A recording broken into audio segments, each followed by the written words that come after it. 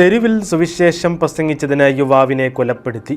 കിഴക്കൻ ഉഗാണ്ടയിലാണ് സംഭവം. കിസ് മസോളോ എന്ന ചെറുപ്പക്കാരനാണ് ജീവൻ നഷ്ടമായത്. ഇക്കഴിഞ്ഞ ആഴ്ച തെരുവിലെ പ്രസംഗത്തിന് ശേഷം വീട്ടിൽ മടങ്ങിയെത്തിയ മസോളോയുടെ പിന്നാലെ എത്തിയ ഇസ്ലാമിക തീവ്രവാദികൾ അദ്ദേഹത്തെ വീട്ടിൽ നിന്ന് പിടിച്ചു കൊണ്ടുപോവുകയായിരുന്നു. മകൻ തിരികെ എത്തിയില്ലെങ്കിൽ അടുത്തുള്ള പോലീസ് സ്റ്റേഷനിൽ അറിയിക്കണമെന്ന് തീവ്രവാദികൾ പറഞ്ഞതായി മസോളോയുടെ അമ്മ വാർത്താ ഏജൻസികളോട് പറഞ്ഞു. പിറ്റേന്നും മകൻ മടങ്ങിയെത്താതിരുന്നതിനെ തുടർന്ന് പോലീസിൽ അറിയിക്കുകയും തുടർന്നുള്ള അന്വേഷണത്തിൽ പ്രദേശത്തെ ഒരു കുറ്റിക്കാട്ടിൽ നിന്ന് മസോളോയുടെ മൃതശരീരം കണ്ടെത്തുകയുമായിരുന്നു.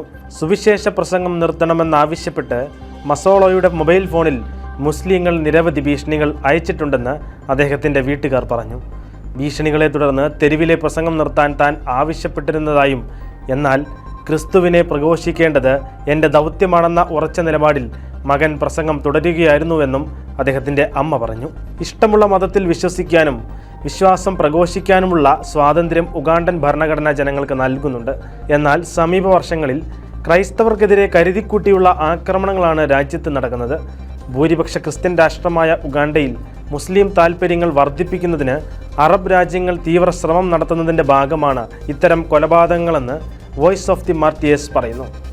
അജപാലന ആത്മീയ സേവനങ്ങൾക്ക് പ്രാധാന്യം നൽകുന്ന തരത്തിൽ റോമിലെ പേപ്പൽ ബസിലിക്കയായ സെന്റ് മേരി മേജർ ബസിലിക്കയുടെ ചുമതലയുള്ള വൈദികരുടെ ഉത്തരവാദിത്തങ്ങൾ പുനർനിർണയിച്ച് ഫ്രാൻസിസ് പാപ്പ.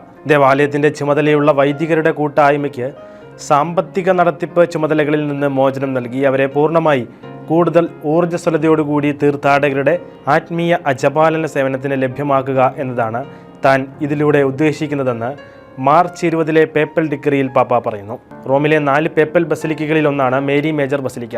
വിശുദ്ധ ലൂക്ക വരച്ചത് എന്ന് കരുതപ്പെടുന്ന ഉണ്ണിയേശുവിനെ കൈകളിൽ പിടിച്ചു നിൽക്കുന്ന പരിശുദ്ധ കന്യാമാതാവിൻ്റെ സാലൂസ് പോപ്പിലി റൊമാനി എന്ന പേരുള്ള പ്രശസ്തമായ ചിത്രം ഈ ബസിലിക്കയിലാണ് വണക്കത്തിന് വെച്ചിരിക്കുന്നത്. മാതാപിതാക്കളെയും സഹോദരങ്ങളെയും സുഹൃത്തുക്കളെയും നഷ്ടപ്പെട്ടെങ്കിലും വേദനിക്കുന്നവർക്ക് സഹായമായി കൂടെ നിൽക്കുന്ന സെമിനാരി വിദ്യാർത്ഥികളുടെ പ്രവർത്തനങ്ങൾ ശ്രദ്ധേയമാകുന്നു. 2 വർഷത്തിലേറെയായി യുദ്ധം തുടരുന്ന ഉക്രൈനിലാണ് സെമിനാരി വിദ്യാർത്ഥികളുടെ സവിശേഷമായ സേവന പ്രവർത്തനങ്ങൾ നടക്കുന്നത്.